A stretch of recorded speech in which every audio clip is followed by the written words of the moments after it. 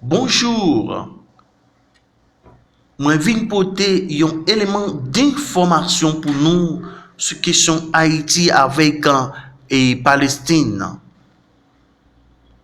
Question politique sans barbecue prend balle en pied. Balsa, je dis balsa c'est balle qui monte. Même pour un petit temps pour saluer nos bon Dieu papa qui gagne tout pouvoir qui crée ciel là avec terre. C'est lui qui passe les anges l'ordre pour veiller sur nous dans toute activité nous y sous terre ça. Fait bon Dieu confiance et bon Dieu lui-même la passe les anges l'ordre veiller sur nous pour un grain cheville pas sortir dans tête nous. Dans le contexte en politique en des barbecues pan balle à cité soleil dans pied, il prend des yon dans pied, yon rafle le bas épaule li.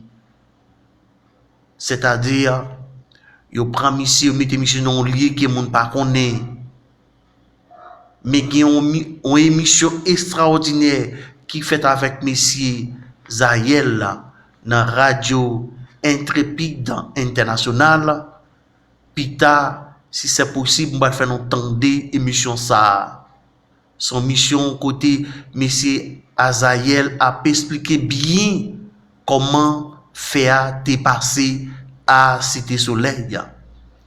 J'en dis nous, yo voyons docteur privé venir occuper monsieur. Mais yo dit à travers radio Intrépide International à monsieur Azaël qui dit que monsieur bay 100 c'est beaucoup qui tu mettez pour ramasser 100 monsieur et hier il dit que monsieur entré dans normal li jusqu'à présent pas connait pour matin hein pendant m'a faire reportage ça là pendant m'a expliquer nous ça passé barbecue bon moi quitter barbecue moi parler exactement dans politique là et Palestine dans côté nous connaissons, hier m'te parlé nous, la ville de Jérusalem, c'est la cité de Dieu. Son ville qui riche en pile, c'est ville ça, côté Palestine avec Israël a goumé pour lui. Mais il y a une grosse tension qui éclate actuellement là, dans la ville de Jérusalem.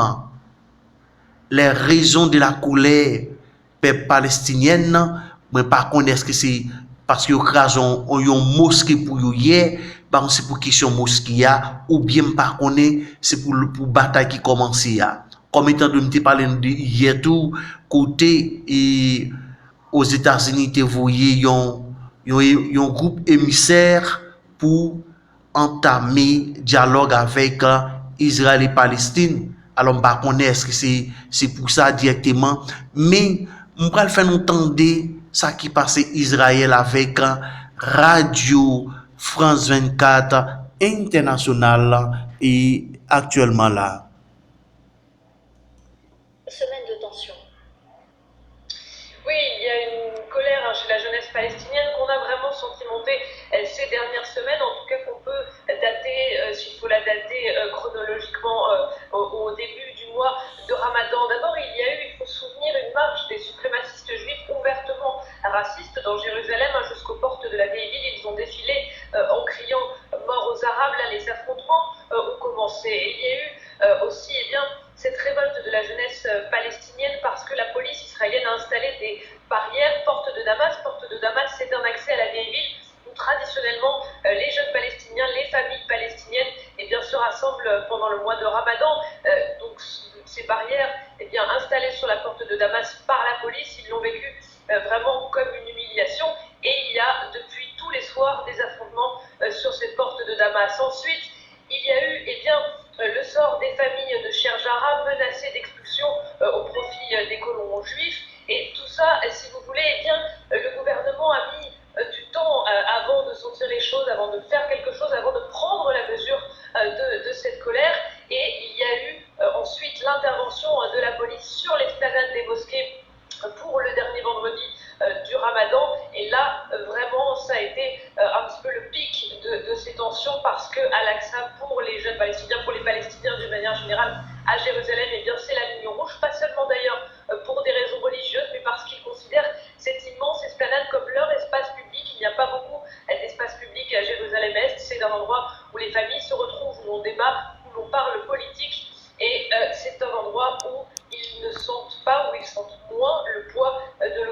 israélienne sur Jérusalem-Est. Voilà pourquoi ça a été une ligne rouge. Et ensuite, on arrive à la situation dans laquelle on est aujourd'hui, c'est-à-dire une confrontation armée entre Israël et le Hamas. Alors pourquoi, dès que l'on parle de Jérusalem, cela cristallise les tensions? Alors d'abord, l'esplanade des mosquées et la colonisation dans Jérusalem-Est, ce sont des sujets extrêmement mobilisateurs pour la jeunesse palestinienne et elle sait qu'elle peut gagner sur ces sujets, qu'elle peut gagner sur ce qui se passe à Jérusalem. Ça a été le cas pendant la crise des portiques en 2017 quand cette jeunesse palestinienne s'est mobilisée pour que le gouvernement israélien n'impose pas de portique de sécurité à l'entrée de l'esplanade des mosquées.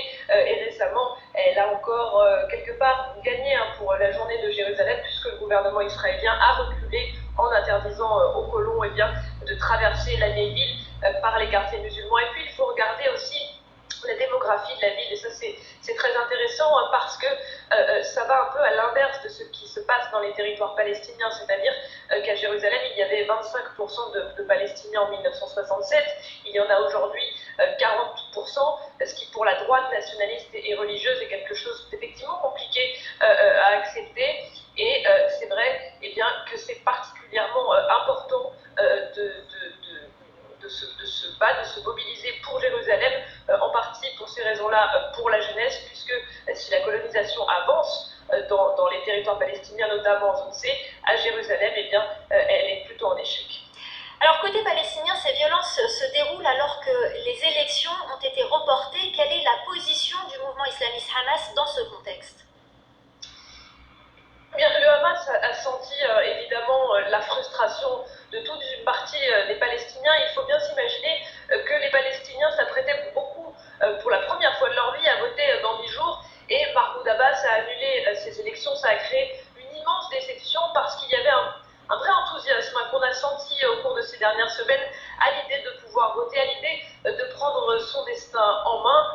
Ça n'a pas été le cas, ces élections sont reportées. C'est vrai que le Hamas s'est engouffré dans cette brèche, dans ce vide politique. Le Hamas sait qu'une grande partie des Palestiniens se sent orphelins de leadership et c'est vrai qu'il s'est investi dans ce sujet de Jérusalem. Dans les batailles récentes, on a commencé à voir le Hamas intervenir à partir du dossier des familles de Sheikh Jarrah menacées d'expulsion.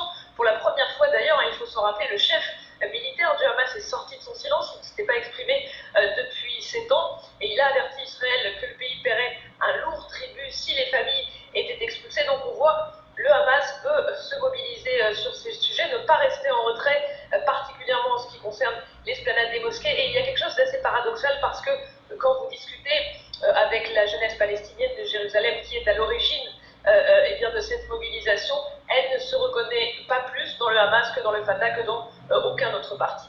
Merci beaucoup Gwendoline de Bono, notre correspondante à Jérusalem. Merci pour votre analyse.